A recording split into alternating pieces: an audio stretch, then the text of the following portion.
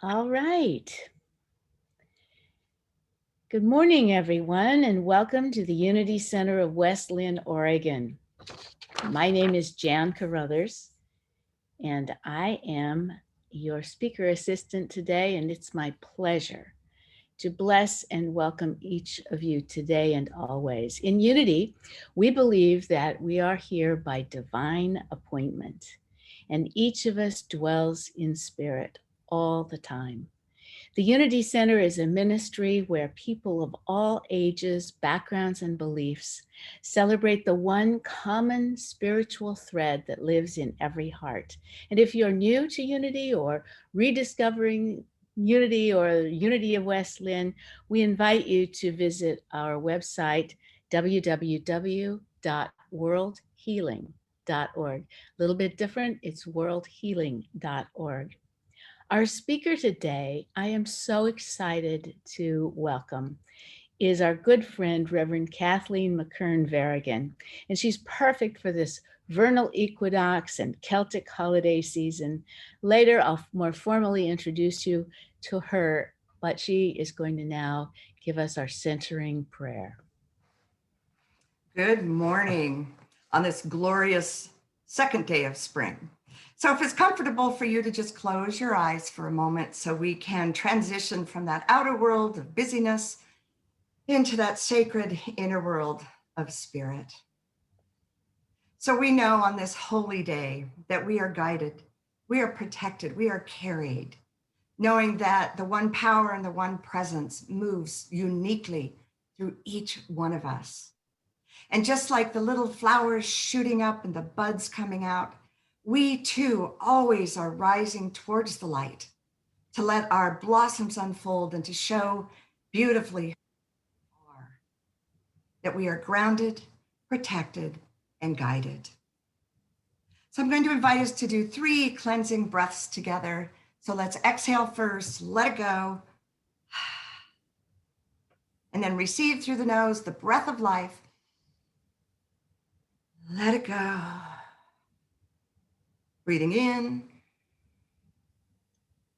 letting go. Breathing in and letting go. And as your breath finds its own sacred rhythm, I offer this prayer from a book called Prayers for a Planetary Pilgrim, a personal guide and manual for prayer and ritual. Oh, beloved parent, be near me as I begin this new day of life. The work of this spring day knocks at my door, anxious for me to begin. But let this present moment be as still as a stone as I rest my heart in you. May past and future meet in the peace of this springtime morning prayer. Quiet my restless heart as I now enter into new possibilities. And as we know this is true for nature and spring, we know it's true for ourselves and for all sentient beings. So we bless this holy day, we bless this time together this morning, and trust that all is unfolding in divine right order. And so we say thank you, and so it is. Amen. Thank you so much. Our sacred reading today is from an article called Finding Wisdom. And the thing I wanted to say is that Charles Fillmore wrote a book called The 12 Powers of Man. And those 12 powers are the primary themes for this year across the months. And so the theme for March is wisdom. The article is Reverend Bronte Colbert's article called Finding Wisdom, and she is the minister for Unity of Atlanta. The power of wisdom is always available to you, even when you feel disconnected or lost. A while back, I allowed an interaction with another person to upset me. Their comments felt harsh, criticism of me unnecessary, and opinions biased. The incident seemed caught in replay mode in my mind. I couldn't shake it off. I felt distracted and caught up by negative emotion. I prayed and asked for guidance and wisdom to move forward, but if it came, I couldn't hear it as my mind was busily chewing on replays and defensiveness. Where is the wisdom in all this? I wanted serenity, clarity, and certainty. I needed to call on that spiritual faculty to access discernment, right judgment, and intuitive knowledge. I wanted to stand in my power and leave anything unwanted behind. In his book, The 12 Powers of Man, Charles Fillmore said that to call on any one of our spiritual faculties is mentally to recognize that power, to identify with it, to align with it. Rereading his words opened my consciousness to the wisdom right around me, including a framed quote of Paramahansa Yogananda: "Steer the ship of concentration calmly to the shores of blessedness." And then stuck on my mirror was a card from teacher Edwin Gaines. I act on the guidance, intuition, good impulses, and inspiration I receive. And in Emily Cady's book, Lessons in Truth, God is in everything that happens to you. There are no second causes. As I sat with these truths, dwelled upon them, I repeated, every life experience in me blesses me. I felt a shift, a welcome letting go. God is in the midst of us. God is within us. As the outer fades, as we stay in the moment, focusing our breath, we drop into our heart space, our innate divinity, that Christ Spirit, God light within us. And we have an affirmation of our own that will come up. Let's say this together. I can handle any circumstance by tapping into the wisdom around me, the wisdom within me, and all around me. So now I want to take this time to formally introduce Rev Kathleen McKern Verigin, who is not only a friend from now, but personally a friend from many, many, many years past. Rev Kathleen McKern Verigin is a licensed and ordained New Thought minister with deep roots in unity and science of mind. She's a student of world religions, particularly indigenous cultures, and specifically Celtic spirituality. This is reflected in the nonprofit ministry she founded, Anamkara hard for me to say, Anamkara Journeys. Anamkara in Irish means soul friend. Rev Kathleen is passionate about helping people connect to self, to others, and to community.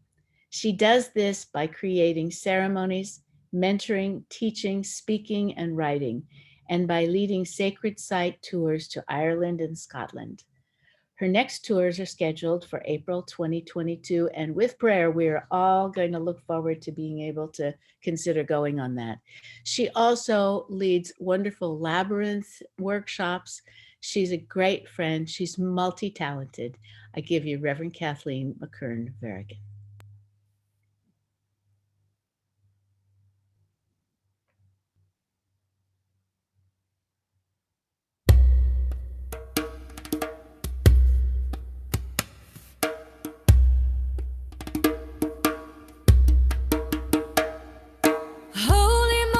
Father God, thank you for your healing love. Holy sacred light divine, thank you for this life of mine. Here I go. Whoa, whoa, I am grateful for the air I breathe. Whoa, I am grateful for the life in me. Whoa, I am grateful to be renewed. Whoa, I am grateful for gratitude. gratitude, grateful for gratitude, grateful for gratitude. And being here with you today makes me come alive and say, we are presence, we are part of the one infinite heart. This I know. Whoa, I am grateful for the air I breathe. Whoa, I am grateful for the life in me. Whoa, I am grateful to be renewed. Whoa, I am grateful for gratitude, grateful for gratitude, grateful for gratitude. Whoa, I am. Whoa, yes, I am. Whoa, Lord, I am grateful, grateful for the joy of it all. Dancing open in the motion of all, source of all before me, praising every glory through my body. I say thank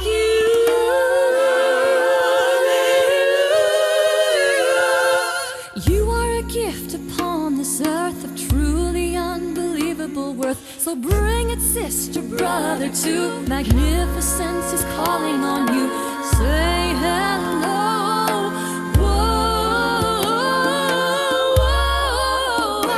I am grateful for the air I breathe. Whoa, I am grateful for the life in me. Whoa, I am grateful to be renewed.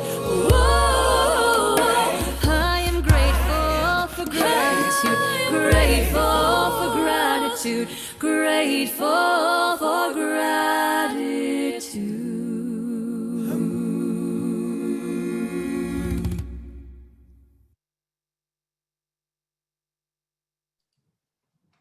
Good morning. Good morning. Do you feel the springtime today? Of course, I love that song. And were you tapping your toes too? I can't sit still when I hear music like that. So the spring equinox was exactly at 2:37 a.m. early Saturday morning. How many of you were up for that? We might have been awake for those of us who wake up in the night.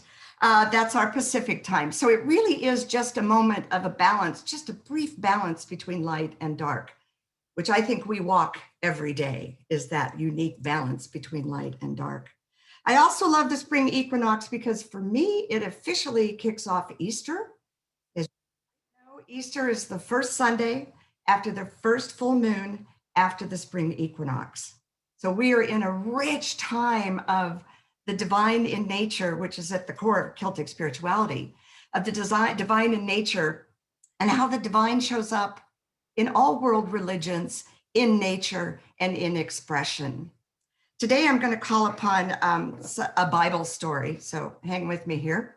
I grew up in Ames, Iowa, and lovingly grew up in the First Christian Church, Disciples of Christ. It was the church about 2 blocks from our house, and I thank God often that it was that church that we went to. So I liked it a lot, but some of it was very disturbing to me when we started learning Bible stories when we were little. I thought it was kind of cool with baby Moses going down the river. Do you remember that? And I was like, wow, that'd be really cool to find a baby and bring it home. But what would mom? I was terrified of leprosy. I was terrified of getting leprosy. The floods scared me. The Red Sea parting, what if it didn't part for me? See, what you're understanding here now is this is more about me than about the Bible, about how I internalize those stories, and I could internalize it for good or for fear. Virgin Mary, when I learned that story, I thought, oh my gosh, what if that happens to me? How will I explain it? The Easter story, the crucifixion, the resurrection, to me as a kid was a ghost story. It wasn't really warm and comfortable until I came into New Thought and started to look at it more metaphysically and metaphorically. The story of the Bible that really did stick with me, and I think has tremendous wisdom on many levels, is that story of David and Goliath. I don't need to retell it. It's the little tiny shepherd boy takes down the giant. It says that Goliath was an experienced warrior. David was a mere shepherd. Goliath was huge. They believe that he was about 9.5 feet tall. That's more than twice of me. David was small. The giant wore armor. David refused to wear armor. The warrior had a sword, a spear, and a shield, and David had none of it. He carried his shepherd's staff, a sling, and 5 smooth stones. And as somebody who really likes rocks and stones, are there others among us who love to pick up rocks and pretty things? I think maybe that's why it stuck with me. But David and Goliath has taken on a bigger meaning in our culture today. It's about any situation that feels like I'm the underdog and the other one is in control, that I am meat, that thing outside of me is stronger. But it's true, there really are no giants in my life. Someone said, when the 5 sense person gives up to sense desires and makes no attempt to live in spiritual consciousness, they are ruled by Goliath thoughts. Goliath thoughts. That's not easy to say. Goliath thoughts. So thinking about there was also a book called The 5 Smooth Stones. I don't know if anybody read it, but it was a racial book back in the 70s of a mixed couple. So I think that stuck with me as well. But I've been reflecting in this year of enormous amount of time to reflect of what the Goliaths, what are those things outside of me that started to seem so much bigger? And I think for me, it started with 9/11, that it was considered a cohort event, that we all experienced it in some way. But it wasn't just that, it was when that president declared the war on terror. Do you remember that? Declaring war on something that we can't really see, grab, or name. So it became like a Goliath to me. What is the terrorism? The first time I flew after 9/11, I went through Newark, where 2 of the planes took off. And I just stood there thinking, every time I go there, I still think about how enormous this war on terror was and is. Then I think the politics of the last many years, not just 4 years. Politics seems like a Goliath to me, that it's something so much bigger than me that I can't understand it, and I often retreat from it. The stress of administrations, and I think this somewhat started too with a Black man in a white house. The protests, the violence, and calling us to revisit racism. It never went away. It's time to revisit it. But how do I do that? And then the virus, the COVID-19. I had to cancel my tours. Churches went virtual. We couldn't go anywhere. It seemed like a giant to me, like now I really have no control. And how many of us thought it might just last a few weeks, maybe a month or 2? Yeah. So COVID to me became like this giant, this Goliath. If we go to the Metaphysical Bible Dictionary, David means beloved, and Goliath, one of the meanings is revealing. So here's David, beloved, and Goliath is revealing something in this story. David carefully chose 5 smooth stones from a creek. Not rocks, not sharp rocks, but smooth stones that have been billions probably of years. John O'Donohue, the late John O'Donohue, said, stone is the tabernacle of memory. The tabernacle of memory. When we hold a stone, it has a blueprint and a memory that I believe can speak to us with its metaphysical meaning. It's also said that the 5 smiths, it only took 1 stone to take down with the slingshot to take Goliath down. But it says maybe the other 4 were because Goliath had 4 siblings. And so maybe he was going to take him down that way. The number 5. Why 5? Why 5 smooth stones?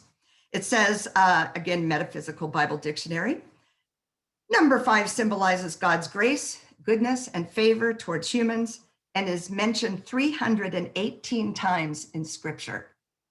Now, I'm all passionate about threes and trinities because of my Irish Celtic studies.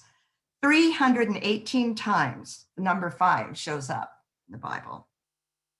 It said that 5 is the number of grace, and multiplied by itself, which is 25, which is grace upon grace upon grace. So I've asked myself, what are my Goliaths? What are these perceived things out there that I'm afraid are going to overpower me? And how will I sustain, or how will I stay alive during this? So on my little laptop, I've got 5 smooth stones right here. And I decided a few weeks ago, even before I knew I was going to do this, Jan, what would my 5 smooth stones be if I had been conscious of them in the past year? I created the acronym STARS, S-T-A-R-S. I named S, strength. T is trust. A is allow.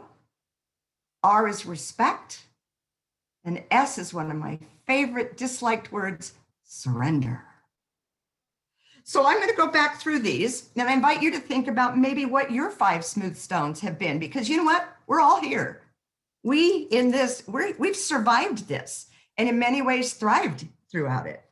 So strength. Someone said physical strength is measured by what we carry.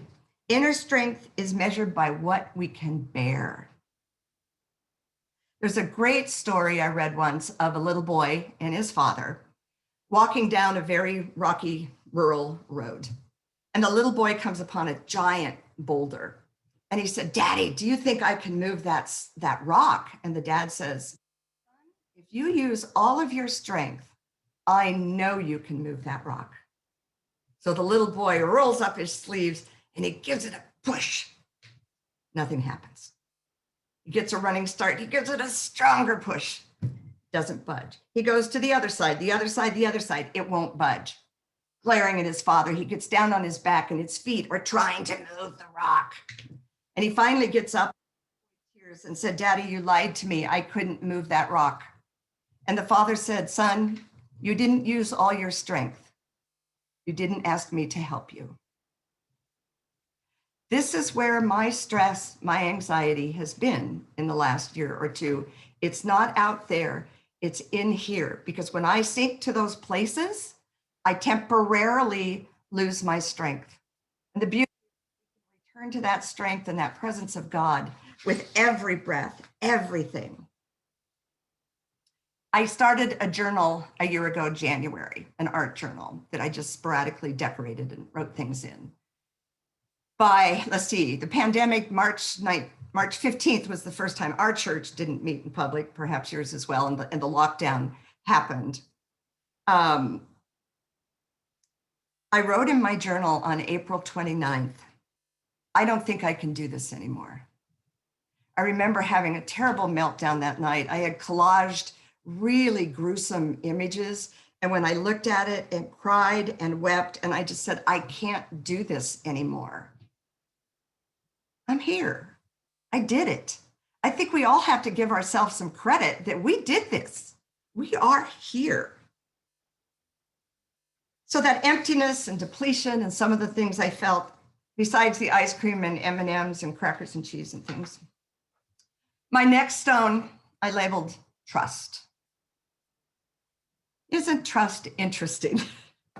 I think rather than trusting what was unfolding, I ignored it. And one of the ways that I numbed myself, I think we all did to some degrees, one of the ways I did that was my good friend Netflix. Anybody else? I can't tell you how many series I watched. And then it would be, if it was only one season, I wouldn't watch it because I need more seasons. So in 3 months last summer, I watched all 16 episodes of Grey's Anatomy, the medical series that takes place in Seattle. That equals 384 hours I sat and watched. 24 hours a day, I sat and watched. What did I get out of it? Well, I think I got a medical degree because really, if you watch the show, I can do just about anything I saw those doctors do. But what I really got out of it was it too addressed racism and politics. It addressed it. So as I was watching it, I was actually being filled with real information. So it wasn't completely lost on my side. And that I continually returned to God. I kept my prayer work every morning. I didn't meditate. I didn't go into my meditation room. I limped along as best I could because you don't know where Goliath is because he's invisible, right?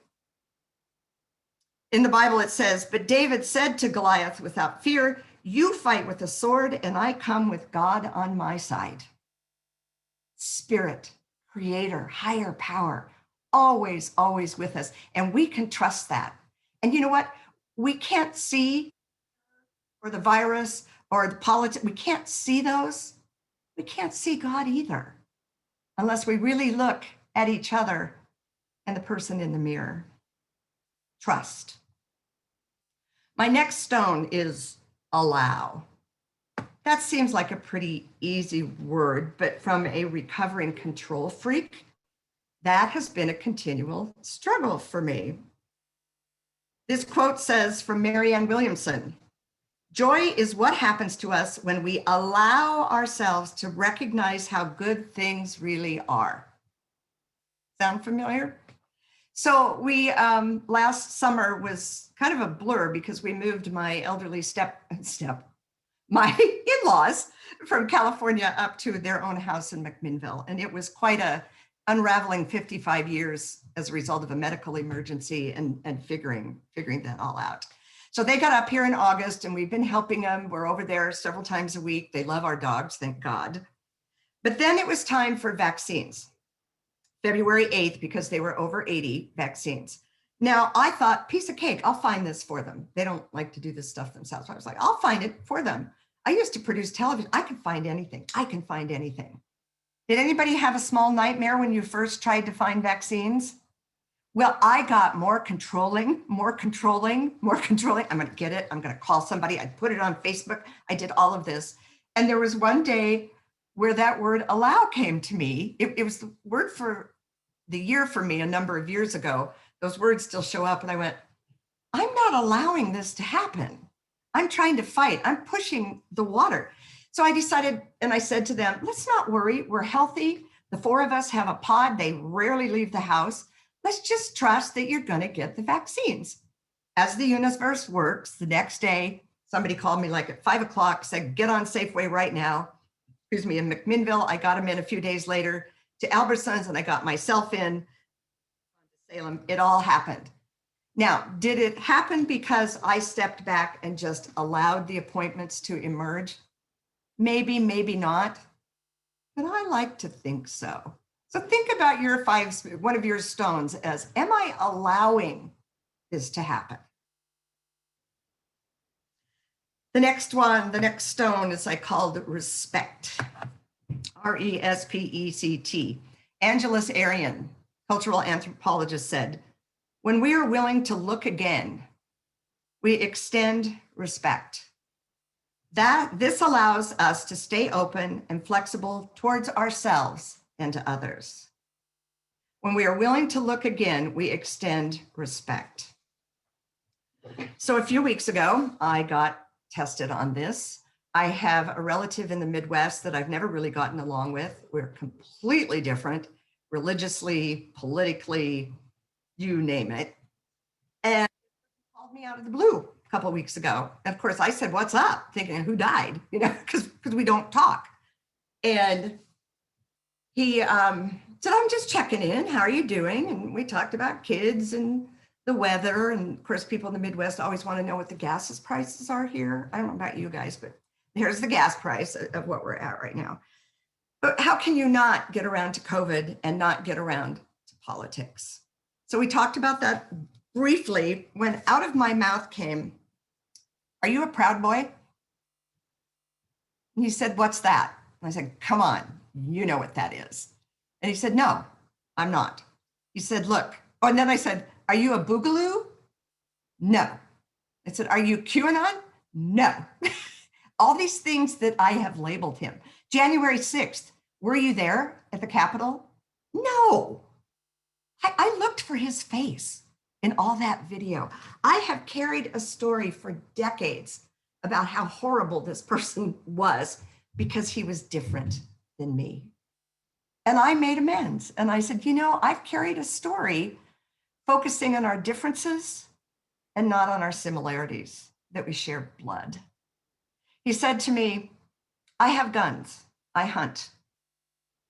I have a handgun. It's only to protect my house and my family and my property. I will never go out and protest and take a gun.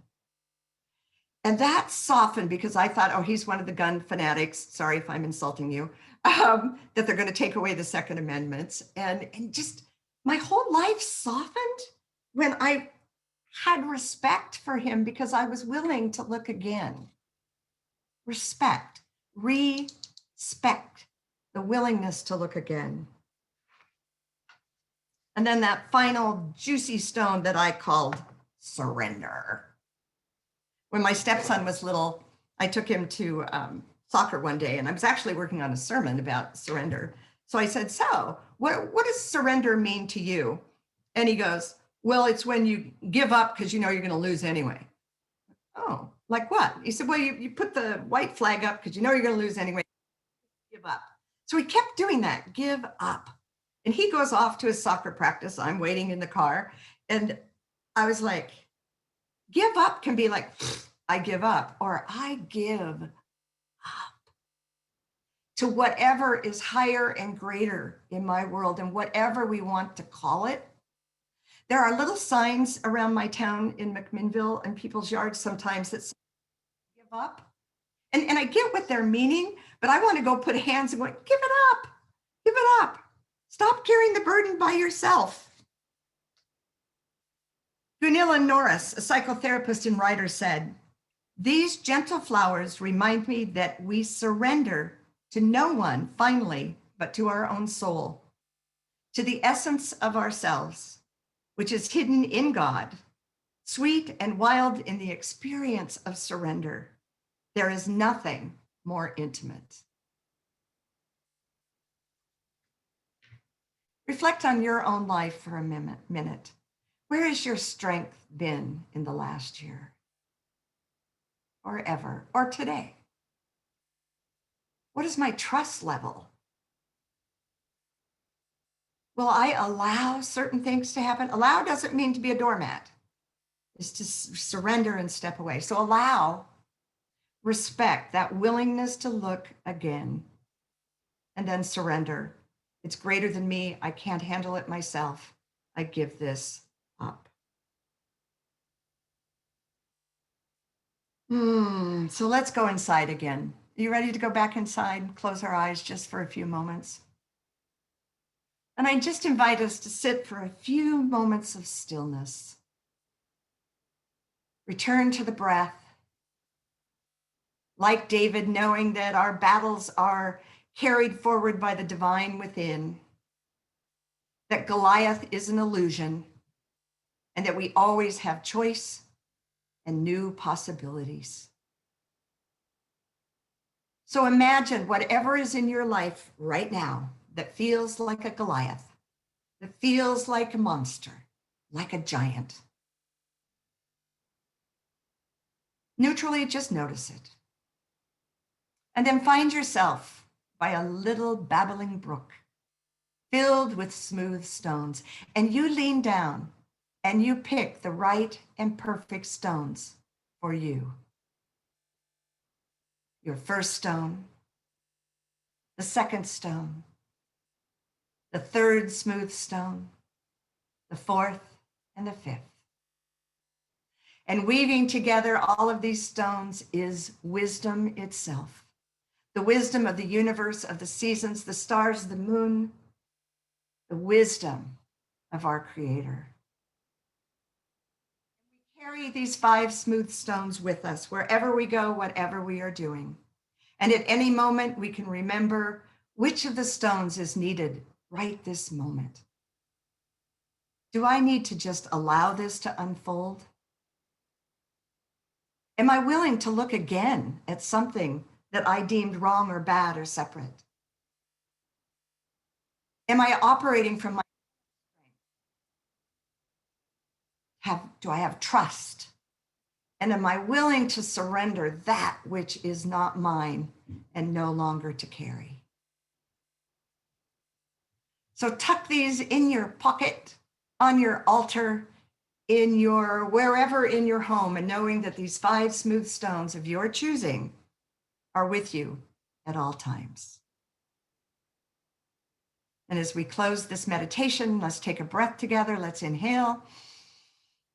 Exhale, let it go. Just slowly, slowly open your eyes, just like that budding flower opening its eyes. Guess what, friends? This is a 5-year. Numerologically, 2, 2, 1 comes to a 5-year. It represents humans. It represents the 2 of duality and the 3 of divine side of man. Have you carried these with perfection and grace? What will you carry in your bag? And my closing illustration story just happened on Friday mornings. We volunteer at our church here in McMinnville on Monday mornings and Friday mornings, on Friday, to feed the homeless and the hungry. And of course, with the pandemic, we would gather the day before, make sandwich bags. We put them out in front of church. We welcome people. My job is what I call the shop. And I have socks and hats and safety pins and Band-Aids and women's condoms. Who thought homeless people? We had all of that out there for them. Well, there are some people, as we know, who are homeless are mentally ill. And we certainly have this here in little old McMinnville. We have a large homeless challenge. So there's a woman, and I'm just going to call her C. And she's on crutches. She's older, but she gets around, and she scares me. She's about half my size on crutches, and I have given power to her because she scares me. She can at any moment burst into anger, and anger out there can sometimes throw me into a Goliath moment. And I think it was 2 weeks ago, man, she ripped me upside down the other, every word you can come. And I said something back, and she said, "Don't talk to me like that." And I said, "You don't talk to me like that." And I walked away going, uh-oh. Am I a bad volunteer? I talked to one of the organizers. He said, "No, sometimes you have to do that." So she was there Friday morning. I heard her inside the church screaming, "Somebody let me in." It just, ugh. I walked right by her and ignored her. When we were putting everything away, I saw her walk up to the tables, and I moved my body because I didn't want to see her and I didn't want her to see me. Well, she started screaming again and cussing. And what stopped me this time is she used the C word. That was the one that crossed the line. So I left the space and just went, I'm out of here. And so I come back in, and she's still there, and she kind of goes like this to me. So I went over to the table, mask and gloves, and I leaned in, and she said, "I'm really sorry for my outbursts. I'm really sorry," and the language that I used. It was lucid. And I looked at her and I said, "Jan Carruthers, you'll remember this." I said, "Honey, my prayer this morning was every face is the face of God. Every voice is the voice of God." And her big. And I said, "Even the loud, obnoxious voices and the loving and calm voices, I see God in you." And she started to cry. And I started to cry. I was so filled with spirit in that moment. I had strength, I had trust, I had respect, and I had surrendered to what it is. And we both parted kind of going, like this. So I told one of the organizers, and his comment was, "Well, great, that'll last about 5 minutes." No, that encounter will last me a lifetime. And it was about 30 seconds. So I share that as there's always, always growth opportunities if we are alive and we are awake and we are aware and we are willing to participate. That's our wisdom.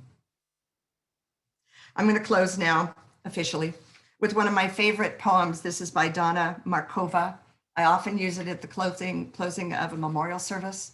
But think about the springtime, David and Goliath, the 5 smooth stones, and am I really living my life? She says, I will not die an unlived life. I will not live in fear of falling or catching fire. I choose to inhabit my days, to allow my living to open me, to make me less afraid, more accessible, to loosen my heart until it becomes a wing, a torch, a promise. I choose to risk my significance, to live so that what came to me as seed goes to the next as blossom, and that which comes to me as blossom goes on as fruit. So I wish us all a fruitful day on this glorious, glorious spring day. Thank you, and God bless.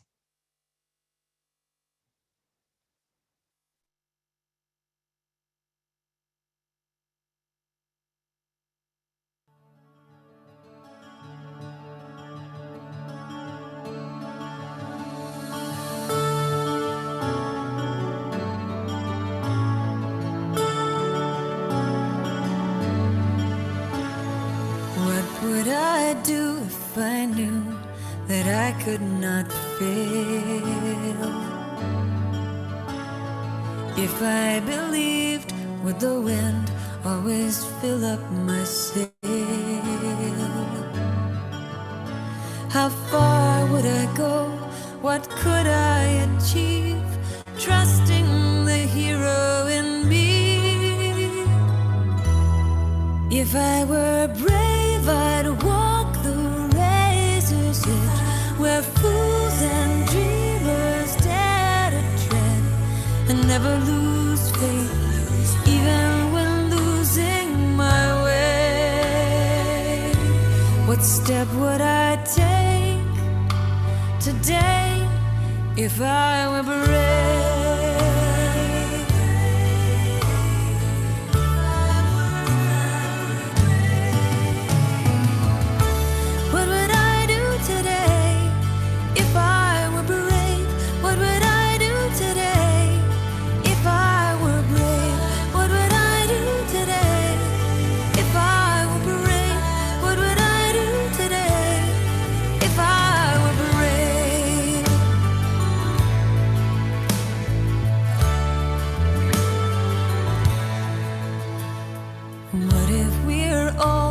To do what we secretly dream.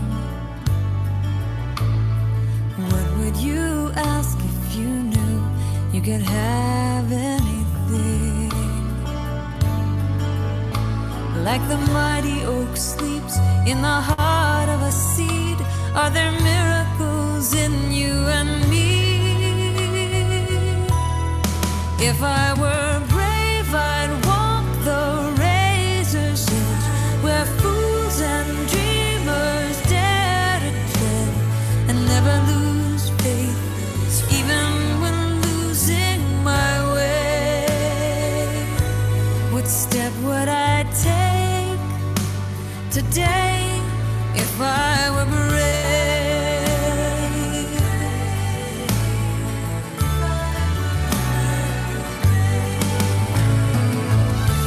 What would I do today if I were brave? What would I do today if I were brave? What would I do today if I were brave? What would I do today if I were brave? If I refused to listen to the voice of fear, with the voice of courage whisper in my ear.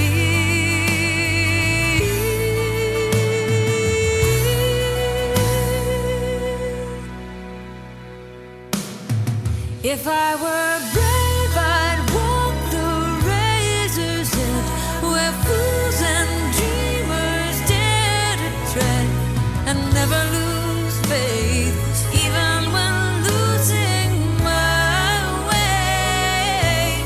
What step would I take today if I were brave?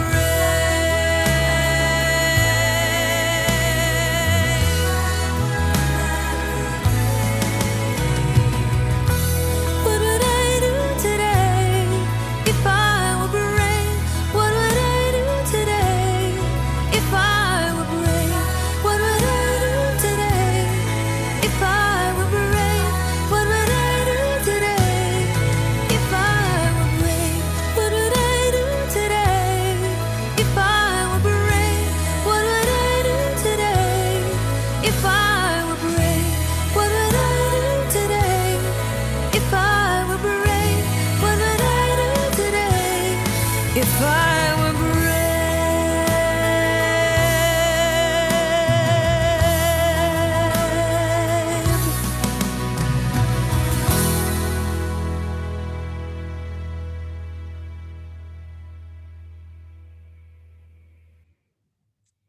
Let's say this affirmation together on your screen. Today, I allow my vision to expand, my heart to open, and my spirit to soar. I willingly let go of fear and live fully in love. I use all the gifts I've been given to serve God and all my fellow beings. Thank you, Reverend Kathleen, for that terrific message. It was such a joy to hear you. And I know all of our attendees on this broadcast who are live today will want to stay after and chat with you about your inspiring ideas. And most of us have quite a few giants that we are finding ourselves confronting. And one giant that we all confront, the root of much upset in our lives, is the belief, the fear that there's not enough. So part of the spiritual opportunity of the Lenten and Easter season is to fast from fear and to feast on all the abundance of spirit in our lives. We're in the final weeks of our informal intentional giving program, and we're building our plans for the Unity Center of West Lynn. And your board and all of us, every member, is deeply appreciating every committed gift that we have received so far. And if you personally didn't receive a committed giving envelope, please just give us a call or email the center and we'll get a packet right out to you. And there are some surprise gifts included.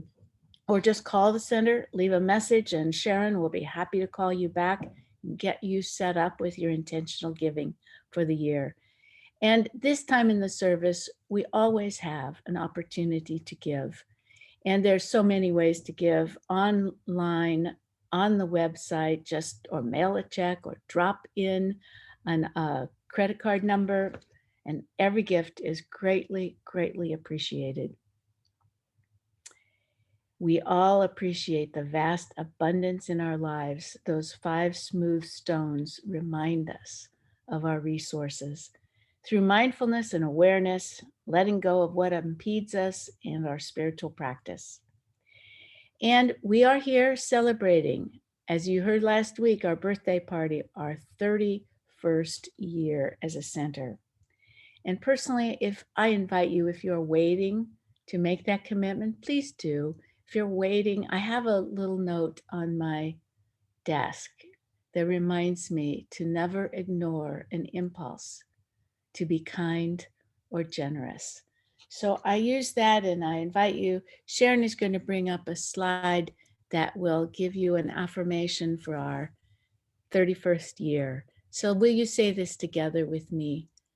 Spirit-led, we are co-creating a vibrant, inclusive ministry, welcoming and supporting everyone on their spiritual journey. As I said, there's many ways to give, and you can do that again through a credit or debit card, PayPal, the donate button on the screen in the website, or mail a check. And hold your offering. If you give monthly, you already know, and each one of us knows that as we give, we receive. Our offering prayer is, God's love in me blesses and multiplies all that I am, all that I give, and all that I receive. Thank you, God. We have a special video for you this week. This is focusing, actually using one of the qualities of Reverend Kathleen's talk today. So we'll be bringing that up because last month we had the topic of strength. There is strength in me. My mind is strong. It is positive. It is calm. There is strength in me.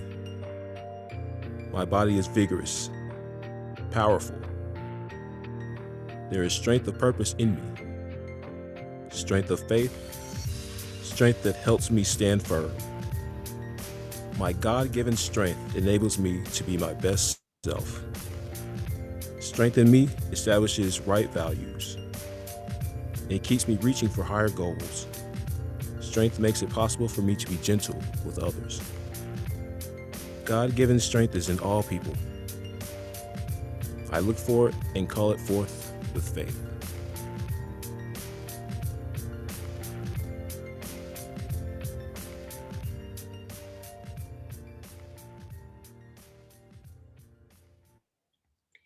We have just a very few announcements today. I'm very pleased to say that Reverend Christine Green is going to be here with us next Sunday for Palm Sunday and on April 4th for Easter. We want you to be with us every Sunday this spring. Following week, Reverend Victoria Etchemendy will be back with us, and she is our Minister Emeritus and founder, speaking on the wonder of vision in our own lives.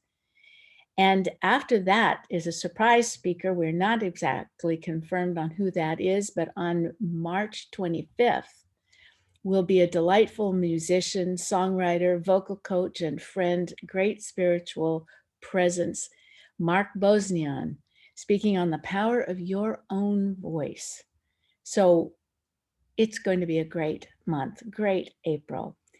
So as we come to our closing activities, we just want you to remember the power of wisdom, the power of strength in your life. And together we bring up our candles. Candles are a symbol of the light.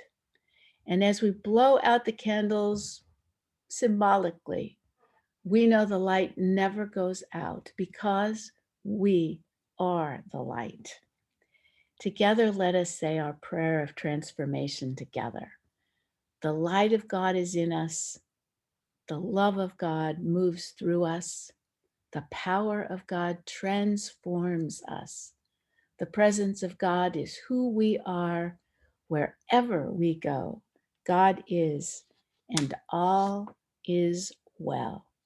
Thank you so much for your participation, for your presence, each one of you.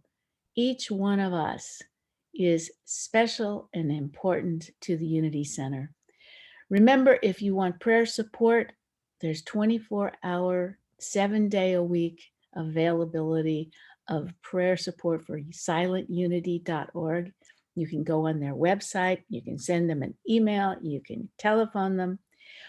And whenever you attend our service in person, we always have a social hour afterwards, so social half hour afterwards. Stay online and we will be delighted. And I imagine that you will be looking forward to talking to Kathleen and connecting with your Unity friends. And especially if you're new, we really would love to have an opportunity to get to know you, warmly greet you. So everyone, be well, have a loving, joyful, peaceful week. And I'll say thank you for being here.